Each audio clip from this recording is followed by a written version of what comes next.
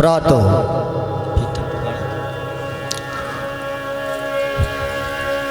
परमानंद चिन्मय मूर्ति अखिल ब्रह्मांड नायक जगत अधिपति त्रैलोक्येश्वर नंदन ब्रजेंद्र नंदन श्री गोविंद श्री राधा श्याम सुंदरेर अपार करुणाय श्री राधा श्याम सुंदरेर अपार अनुकंपाय आपनादेर श्री चरणतले आसते पेरे निजेके धन्य कृतार्थ मने करछि। प्रातो प्रणम्य पूज्यपाद साधु गुरु ब्राह्मण वैष्णव सजन मंडली एवं आमार प्रणम्या गरीयसी आद्या शक्ति जगत जननी गर्भधारिणी राधा रानीर अंशद्भूता पतिपरायणा समस्त जननी बृंद एछाड़ाओ अनंत कोटि विश्व ब्रह्मांडेर अनंत कोटि जीव कीट पतंग वृक्ष लता स्थावर जंगम पशु मानुष पर्यन्त निराकारे साकारे जे जेखाने जे भावे अवस्थान करे आछेन सबाकार श्रीचरण लक्ष्य करे ए दिनहीन सेवकेर भुलंठित दंडवत प्रणति जापन करछि।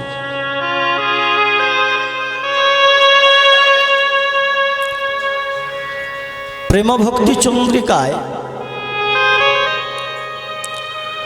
श्रील नरोत्तम दास ठाकुर महाशय तार दिव्य अमर चिन्मय ग्रंथे कलम दिलेन देहे बैशे रिपुगण जतेक इंद्रियगण केह कारो बाध्य नाहि हय शोनाइले ना शोने कान जानाइले ना जाने प्राण दढ़ाइते ना पारे निश्चय। देहे बैशे रिपुगण जतेक इंद्रियगण आमादेर देहे बाबा कटा रिपु आछे षड़रिपु काम क्रोध लोभ मोह मद माश्चर्य इंद्रिय कटा इंद्रिय आछे एकादश इंद्रिय ज्ञानेन्द्रिय 5 कर्मेंद्रिय 5 और मन के निये एकादश। ज्ञानेन्द्रिय की ना चक्षु कर्ण नासिका जिह्वा त्वक कर्मेंद्रिय बाक पाद पानी पायु उपस्थ एवं मन के निये एकादश इंद्रिय श्रील नरोत्तम दास ठाकुर महाशय बोलें ना देहे बैशे रिपुगण जतेक इंद्रियगण केह कारो बाध्य नहीं है केउ कारो बाध्य नय षड़रिपु एकादश इंद्रिय आमादेर प्रतिनियत चर्बित करे खाচ্ছে। देखुन चक्षु नय कर्ण नय नासिका नय जिह्वा नय त्वक नय मन मनन कोनोटाई आमादेर नियंत्रणे नाई। नियंत्रणे आछे कि कोनोटाई नियंत्रणे नेই। ताई अर्जुन भगवान श्री गोविंद के प्रश्न करेছিলেন যে হে त्रैलोक्येश्वर नंदन ब्रजेंद्र नंदन श्री गोविंद আপনি কৃপাপূর্বক বলুন মানুষ জানে যে তার পাপ কর্মের দ্বারায় ধ্বংস হয় স্খলন হয় পতন হয় বিনাশ হয় মানুষ পাপ কর্মে নিয়োজিত হতে চায় না তবু যেন তার ভেতর থেকে কেউ বলপূর্বক পাপ কর্মে নিয়োজিত করে। কে করায় এ পাপ? বলা যাবে কে করায় এ পাপ? গীতায় বললেন অথ কেন প্রযুক্ত অয়ং পাপং চরতি পুরুষঃ। মানুষ ভাবে, আপনারা ভাবছেন এই ভাগবত বাসরে বসে যে আর অন্ধকারের পথে নয়, আর স্খলনের পথে নয়, আর ধ্বংসের পথে নয়, আর বিনাশের পথে নয়, কি এবার আমরা আলোর পথে চলব, এবার আমরা শান্তির পথে চলব, এবার আমরা কল্যাণের পথে চলব, এবার আমরা অগ্রগতির পথে চলব। কিন্তু না, মন সে কথা মানে না। তাই বলছেন ভগবান শ্রী গোবিন্দকে যে আপনি কৃপাপূর্বক বলুন, মানুষ পাপ কর্মে নিয়োজিত হতে চায় না, তবু যেন কেউ তাকে জোরপূর্বক পাপ কর্মে নিয়োজিত করে। কে করায় এ পাপ? তদুত্তরে শ্রী গোবিন্দ বলেছিলেন, জানো অর্জুন, কামেশ ক্রোধেশ রজ গুণ সমদ ভব। মানুষ পাপ করে তার কামের দ্বারায়। কাম মানে কি মা? বলবেন কাম মানে স্ত্রী পুরুষের মিলন ইচ্ছাকেই কাম? এটা সংকীর্ণ অর্থ মাত্র। কাম হলো আমাদের হৃদয়ের মধ্যে কোনো কিছু বস্তুর প্রাপ্তির জন্য আকাঙ্ক্ষা জাগা, আশা জাগা, এই জাড় জগতিক ধন ঐশ্বর্য সম্পদের আশা আকাঙ্ক্ষা, এটাই হলো কাম। আর কাম হলো মানব জীবনের দুর্গেয় শত্রু। বলে শোনো অর্জুন, কাম হলো মানব জীবনের দুর্গেয় শত্রু। তা কামের দ্বারাই মানুষ পাপ করে। আচ্ছা, কোনো বস্তু প্রাপ্তিতে যদি বাধা প্রাপ্ত হয়, তা কিসের উদয় হয় বাবা?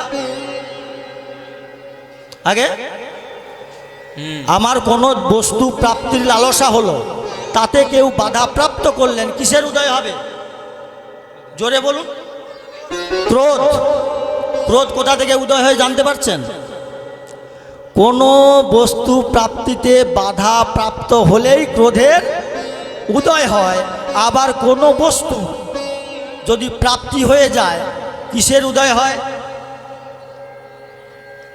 আমি ধরুন আশা করলাম যেন আমার 5 লাখ টাকা হয়, হয়ে গেল, এরপরে কিসের উদয় হবে আমার?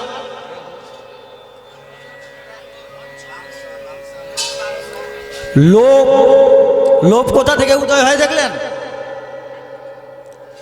কোনো বস্তুতে বাধাপ্রাপ্ত হলে ক্রোধের উদয় হয়, আর কোনো বস্তু প্রাপ্তি ঘটে গেলেই মানুষের লোভের উদয় হয়। তাই ভগবান শ্রী গোবিন্দ বললেন, মানুষের জীবনে দুর্গেয় শত্রু হলো কাম। তাই এই কামকে জয় করবেন কি করে,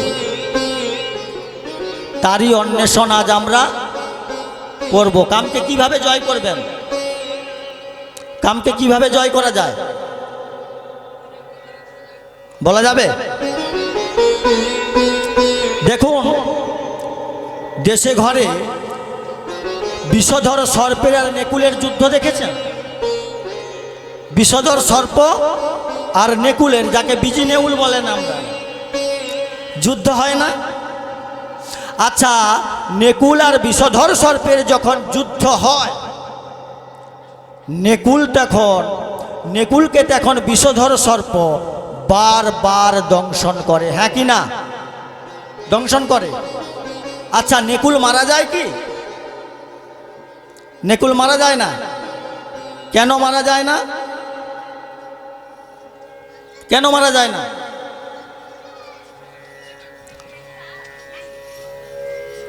ঔষধি জানা আছে না? দেখুন, যখন বিষধর সর্প নেকুলকে বারবার দংশন করে, বিষ প্রয়োগ করে, তখন নেকুল ছুটে যায় এক দৌড় বনের মধ্যে। বনের মধ্যে যে কি করে না, নেকুলের একটা গাছের শিকড় জানা আছে বাবা, ওই শিকড়টা তুলে নেকুল জিহ্বায় নেয়। জিহ্বায় নেওয়ার সঙ্গে সঙ্গে সাপের বিষক্রিয়াটাকে নাশ করে ফেলে। নাশ করে কি করে উপরন্তু ওই নেকুল ওই বিষধর সর্পটাকেই মেরে ফেলে। নেকুলের কোনো কিছু হয় না। তাহলে দেখুন, কাম হলো কাল সর্প, আমরা হলাম কি? আমরা হলাম নেকুল।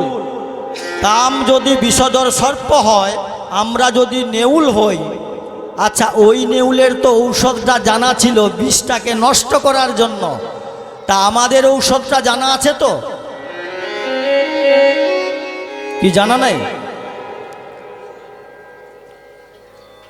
মহাপ্রভু চৈতন্য মহাপ্রভু বললেন চৈতন্য চরিতামৃতে, এনেছি ঔষধি মায়া নাসিবার লাগি, হরি নাম মহামন্ত্র লহ তুমি মাগি, খাইতে শুইতে যথা তথা নাম লয়, দেশ কাল নিয়ম নাই সর্বসিদ্ধি হয়।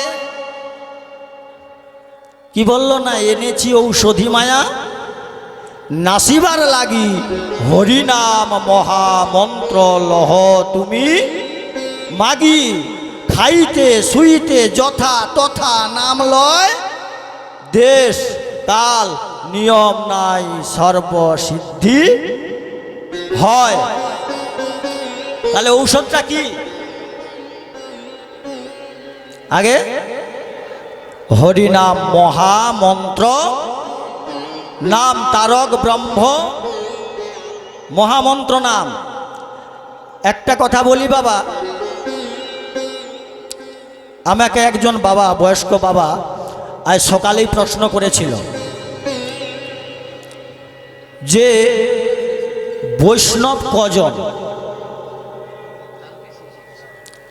যে আমি 4 জন শুনেছি। আমি বললাম দেখুন, বৈষ্ণব হলো 5 জন, সত্যযুগ থেকে আছে, শিব শুগ নারদ তম্বুর হনুমান। আর কলিযুগে বৈষ্ণব 3.5 জন। 3.5 জন কারা কারা? না রায় রামানন্দ, স্বরূপ দামোদর, সিকি মাইতি আর মাধবী দাসী। সিকি মাইতির বোন মাধবী দাসী, মেয়ে বলে উনাকে হাফ ধরা হয়েছে। 3.5 জন বৈষ্ণব। তাহলে 3.5 জন যদি বৈষ্ণব হয়, তাহলে যে ষড় গোস্বামী, 64 মাহান্ত, এতজন, তাহলে ইনারা কি বৈষ্ণব নন? কি প্রশ্ন আসবে? ইনারা কি বৈষ্ণব নন? মহাপ্রভু দেখানোর জন্য যে রায় রামানন্দ, সিকি মাইতি, মাধবী দাসী আর স্বরূপ দামোদর, এদের এমন ভজন ক্রিয়া ছিল, এমন একটা শ্রেষ্ঠত্ব জায়গায় ছিল, তাদেরকে বৈষ্ণব আখ্যা দেওয়া হয়েছে। এবারে এ জড় জগতে, ইহ জগতে বৈষ্ণব কাকে বলবেন? বৈষ্ণব কারা? বলবেন যাহারে দেখিলে মুখে আইসে কৃষ্ণ নাম, তাহারে জানিবে তুমি বৈষ্ণব প্রধান। আচ্ছা, অনেক চিটিং বাজতো সকাল হলে মঠের নাম করে, তিলক আহ্নিক করে, গলায় মালা নিয়ে কি ভিক্ষা করতে আসে না, মাধুপুরি করতে আসে না? কালেকশন, ভিক্ষা বলা ভুল, কালেকশন বলে, আসে না? আবার অনেক এই বৈষ্ণবের বেশ ধারণ করে অনেক চিটিংবাজ তো রাস্তায় যায়, তা তাকে দেখেও তো মানুষ জয় নিতাই জয় রাধে বলে না? বলেনি? হ্যাঁ কি না বলুন? বা যারা ভক্ত তাকে দেখে তো বলে, তাহলে উনি কি বৈষ্ণব নাকি? শাস্ত্রে বলছে বৈষ্ণব হতে গেলে 26টা গুণের অধিকারী হতে হবে। আমার মধ্যে একটাও, 26টার মধ্যে একটাও গুণ নাই। দ্বিতীয়ত, বৈষ্ণব কথাটা এত সাধারণ কথা নয় বাবা। বৈষ্ণব কথাটা এত সাধারণ কথা নয়। বৈষ্ণব হতে গেলে 26টা গুণ। দ্বিতীয়ত আপনাকে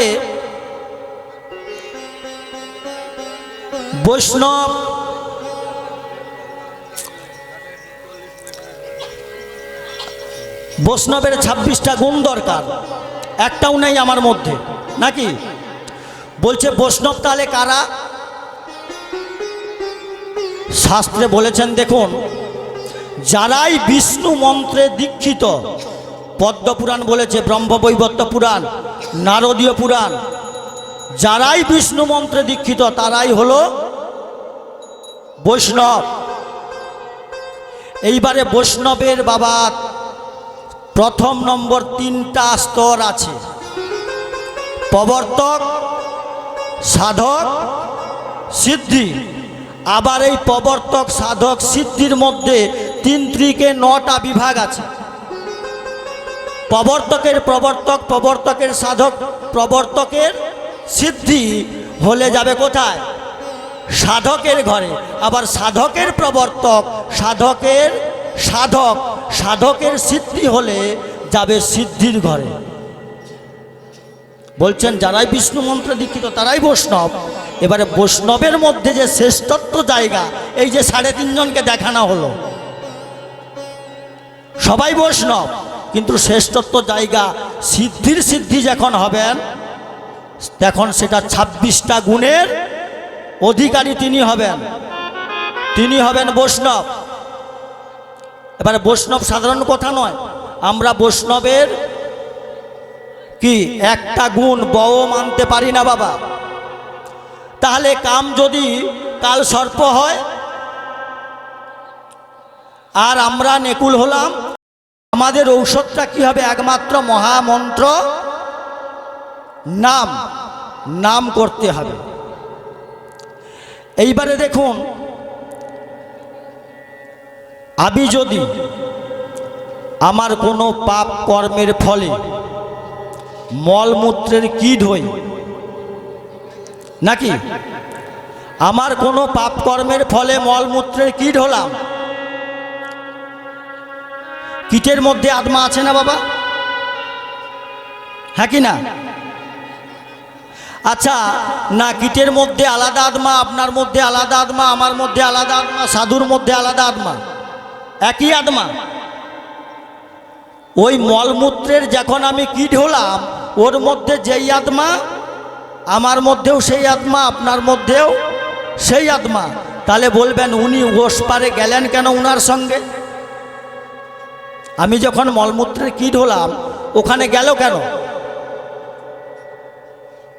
না, এই যে আত্মা রূপে যে ভগবান, আমি যখন মলমূত্রের কীট হলাম পাপ কর্মের ফলে, উনি গেল কেন আমার সঙ্গে ওস পারে? ভগবান বলছে, দেখ, যাদের জন্য চুরি, প্রবঞ্চনা, বাটপারি, মিথ্যা, এত অন্যায় অপকর্ম করলি, সবাই তোর সঙ্গ ত্যাগ করে দিল, কিন্তু আমি তোর সঙ্গ ত্যাগ, আমি তোর মধ্যে আছি বলে তুই আজ জীবিত আছিস। এবারে দেখুন, ওই আত্মা কিন্তু আপনাকে হাত ধরে ভব সংসার পার করবেন না। ওই আত্মা আপনাকে হাত ধরে ভব সংসার পার করবেন না। কোন আত্মা পার করবেন? ভগবান বললেন, আমি গুরু রূপে, নাম রূপে, শাস্ত্র রূপে, সাধু রূপে, বৈষ্ণব রূপে ভগবান যেইভাবে আবির্ভূত হয়েছেন, যেমন দেখবেন গাভীর দুগ্ধটাকে দহন করে, মন্থন করে, মাখন তুলে, পরিক্রিয়াজাত করে, আগুনে তাপ দিয়ে ঘি করে খাওয়াতে হয় না, নাকি? কথাটা ঠিক করে বুঝবেন। গাভীকে দহন করে, মন্থন করে, মাখন তুলে, পরিক্রিয়াজাত করে, আগুনে তাপ দিয়ে ঘি করে খাওয়াতে হয় না? তদ্রূপ ভগবান গুরু রূপে, বৈষ্ণব রূপে, সাধু রূপে, শাস্ত্র রূপে, বিগ্রহ রূপে আবির্ভূত হয়েছেন আপনাকে বিগ্রহ সেবা করতে হবে, বিগ্রহ অর্চন করতে হবে, ভাগবত অধ্যয়ন করতে হবে, আপনাকে নাম কি শ্রবণ করতে হবে, আপনাকে সাধুগুরু বৈষ্ণবের সঙ্গ করতে হবে।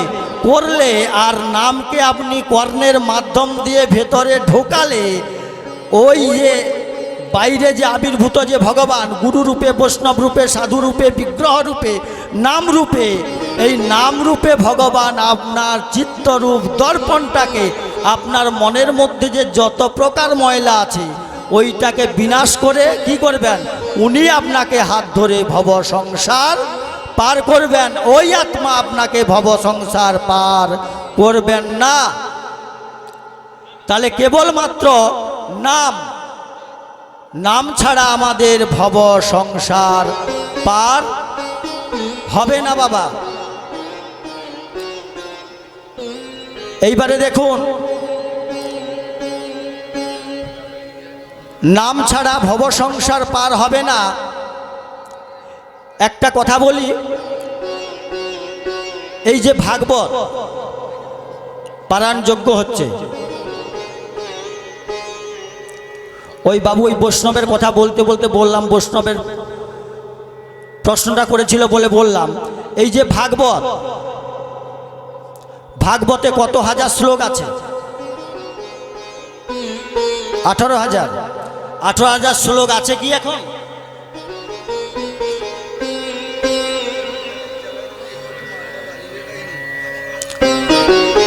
তেরো 13,974টা নিট শ্লোক আছে। কত? যেটা আমাদের প্রামাণিক গ্রন্থ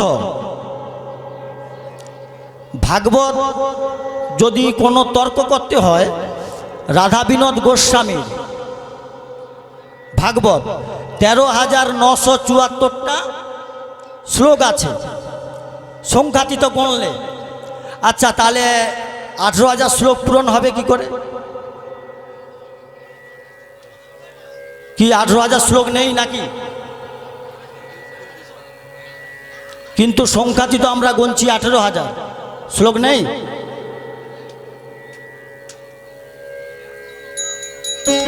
আঠেরো হাজার শ্লোকই আছে ওর মধ্যে।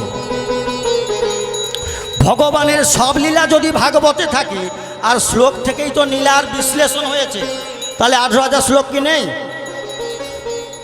প্রাচীনকালে নিয়ম ছিল, এই নামের ব্যাপারটা বলতে গিয়েই ভাগবতের কথাটা বলছি। প্রাচীনকাল থেকে নিয়ম ছিল, মুনি ঋষিরা যখন গ্রন্থ প্রণয়ন করেন বা যে কোনো মন্ত্র লিখতে গেলে কটা অক্ষরে মন্ত্র হয় বাবা? কটা অক্ষরে মন্ত্র হয়? আর ভাগবত হচ্ছে যে শ্লোক মন্ত্রাত্মক বস্তু, কটা অক্ষরে মন্ত্র হয়? মহামন্ত্র নাম কতগুলো অক্ষর? কত? 16 নাম 32 অক্ষর। তো তাহলে 32টা অক্ষরে একটা করে মন্ত্র হয়। তা যদি এইভাবে 32টা অক্ষর করে ধরা হয়, আর দেখবেন উবাচ বা পুষ্পিকা যদি ধরা হয়, তাহলে 18,000 শ্লোক কমপ্লিট হবে। শ্রীমদ্ ভাগবতে পরীক্ষিত রাজার ব্রহ্মশাপ হলো শ্রমিক মুনির পুত্র শৃঙ্গী। কাকে অভিশাপ করলো? পরীক্ষিতকে। ব্রহ্মশাপগ্রস্ত পরীক্ষিত যেই না শ্রমিক মুনির পুত্র শৃঙ্গী অভিশাপ করে দিলেন, এই খবরটা জানতে পারলেন, কি করলেন? তার রাজ্য রায় সিংহাসন, রাজমুকুট কার হাতে তুলে দিলেন? পরীক্ষিতের পুত্র জন্মেঞ্জয়ের হাতে রাজ্যভার অর্পণ করে দিয়েই ছুটছেন সমুদ্রের তীরে, সরস্বতী নদীর তীরে। যাকেই দেখছেন, অমল আত্মা সগুণ নির্গুণ ব্রহ্মবিদগণ যাকেই দেখছেন বলছেন, আমি ব্রহ্মশাপগ্রস্ত পরীক্ষিত, আমার মুক্তির উপায় কি? ব্রহ্মশাপ কিভাবে মুক্ত হয়, এই কথা জিজ্ঞাসা করছেন। একবারও বলেন নাই বাবা যে ব্রহ্মসাপ কিভাবে মুক্ত হয়। বলছে আমার মাত্র 7 দিন পরমায়ু, তাই 7 দিনের মধ্যে কিভাবে ভগবত প্রাপ্তি হওয়া যায়। কে বলছে জপ করো, কে বলছে তপ করো, কে বলছে অগ্নিকুণ্ড প্রস্তুত করে অগ্নিকুণ্ডে ঢুকে যাও, কেউ বলছে তপ্ত তৈলে ঝাঁপ দাও।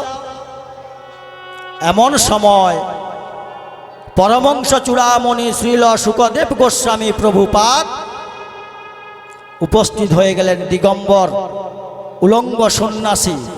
তা শুকদেব গোস্বামীকে দেখে পরীক্ষিত ভাবছে যে আমি মাতৃগর্ভে যাকেই দেখেছিলাম ঠিক তারই মতো দেখাচ্ছে। তার সঙ্গে সঙ্গে শুকদেব গোস্বামীর চরণে পড়ে গেলেন, পড়ে গিয়ে পাদ্য অর্ঘ্য দিয়ে বলছে যে হে শ্রী শুকদেব গোস্বামী প্রভুপাদ, আপনি বলুন মৃয় মানুষরা কিম কর্তব্য। অতঃ পৃচ্ছামি সংসিদ্ধিং যোগিনাং পরমম গুরুম পুরুষশ্রেয় জাতকারিয়াম মৃয় মানুষরা কিম কর্তব্য। আসন্ন ব্যক্তি, আসন্ন মৃত্যু ব্যক্তির কি করা কর্তব্য বলা যাবে? আপনাদের কি আসন্ন মৃত্যু নাকি? পরীক্ষিতের 7 দিন সময় আছে, তা আপনাদের এনাফ টাইম আছে। আমাদের প্রজন্মকে যদি বলা হয় বাবা যে সময় তো চলে গেল, গলায় মালা নিয়ে গুরুচরণ আশ্রয় গ্রহণ করে একটু ভগবানের ভজন করুন, গোবিন্দের ভজন করুন, আমাদের প্রজন্ম কি উত্তর দিবে? কি উত্তর দিবে? বলে আজ থেকে কি করব, এখন সময় হোক। হ্যাঁ কি না? না আপনাদের পাশে বলে না, বলে বলে আজ থেকে কি করব, এখন সময় হোক। তাহলে দেখুন, তাহলে আপনি ভাবছেন যে আমি জন্মেছি মানে 100 বৎসর বাঁচবো, আমার হাতে এনাফ টাইম আছে। কিন্তু তুমি তো বন্ধু জানো না, বিজ্ঞানের অগ্রগতিতে আগম নিগম অনেক কিছু জানা যায়, কিন্তু একটা জিনিস জানা যায় না। বিজ্ঞানের অগ্রগতিতে আপনি দেখুন কবে ঝড় হবে, কবে বৃষ্টি হবে, কবে সাইক্লোন হবে জানা যায়। হ্যাঁ কি না? অনেক কিছু জানা যায়, কিন্তু একটা জিনিস জানা যায় না, সেটা কি বলুন তো? আপনি মরবেন কবে, কবে মরবেন, কোনখানে গিয়ে মরবেন, কোথায় মরবেন, কিভাবে মরবেন, এ কথা আমাদের কারো জানা নাই। জানা আছে কি? কারো জানা নেই। তাই বললেন, পরীক্ষিতকে বলছেন, পরীক্ষিত বলছেন যে হে শুকদেব গোস্বামী, আপনি বলুন আমার হাতে তো 7 দিন সময়, 7 দিনের মধ্যে ভগবত প্রাপ্তি হওয়া যাবে কি? বলছে শোনো পরীক্ষিত, তোমার হাতে তো 7 দিন সময়, এনাফ টাইম আছে। আরেকজন রাজা ছিল, তার হাতে মোটে 2 দণ্ড সময় ছিল, 48 মিনিট। 24 মিনিটে 1 দণ্ড আর 48 মিনিটে 2 দণ্ড সময় ছিল। সে 2 দণ্ডে 2 মুহূর্তের মধ্যে ভগবত প্রাপ্তি হয়েছিল। সে কে? তোমার হাতে তো 7 দিন সময়। রাজা খট্টাঙ্গ, তার হাতে 2 দণ্ড সময় ছিল মোটে, তারই মধ্যে সে ভগবত প্রাপ্তি হয়েছিল। না, ভগবত প্রাপ্তি হতে গেলে তা কি করতে হবে? না, তোমাকে খালি হতে হবে। খালি, খালি মানে কামে ভরা দেহপাত্র, প্রেম নাই লেশ মাত্র, অসৎ সঙ্গ করি পরা ভবে। একটা কলসিতে যদি আবর্জনা নোংরা ভর্তি থাকে, ওই কলসিটাকে কি করতে হবে? পরিষ্কার করতে হবে। কামে ভরা দেহপাত্র, প্রেম নাই লেশ মাত্র, অসৎ সঙ্গ করি পরা ভবে। তাহলে কি করবেন? না এই দেহ পাত্র তো আবর্জনায় ভর্তি, এই আবর্জনাটা দূরীভূত কি করে হবে? না তুমি একটা স্পিড ঝর্ণার নিচে ওই কলসিটাকে পেতে দাও, পাত্রটাকে পেতে দাও, স্পিড ঝর্ণা কি হবে বাবা? স্পিড ঝর্ণার জল যখন ওই কলসিতে পড়বে, পাত্রে পড়বে, আবর্জনাটা কি হবে? বেরিয়ে যেয়ে কি হবে? স্বচ্ছ জলে পরিপূর্ণ হয়ে যাবে। এই যে স্পিড ঝর্ণা, এই ঝর্ণাটা কি বলুন তো? এই দেহপাত্র আবর্জনা স্পিড ঝর্ণার নিচে পাততে বলছে। স্পিড ঝর্ণাটা কি? না এই নামামৃত অমৃত ভাগবত কথা রূপ স্পিড ঝর্ণার নিচে আমাদের এই কাম রূপ দেহ পাত্রকে আমাদের স্পিড ঝর্ণার নিচে পাত্রে হবে। এই নামামৃত ঝর্ণার নিচেই এই দেহ পাত্রটাকে পেতে দেন, পেতে দিলেই আমাদের আবর্জনা মুক্ত হয়ে যাবে। শ্রী গুরু নিতাই গৌর প্রেমানন্দে হরি।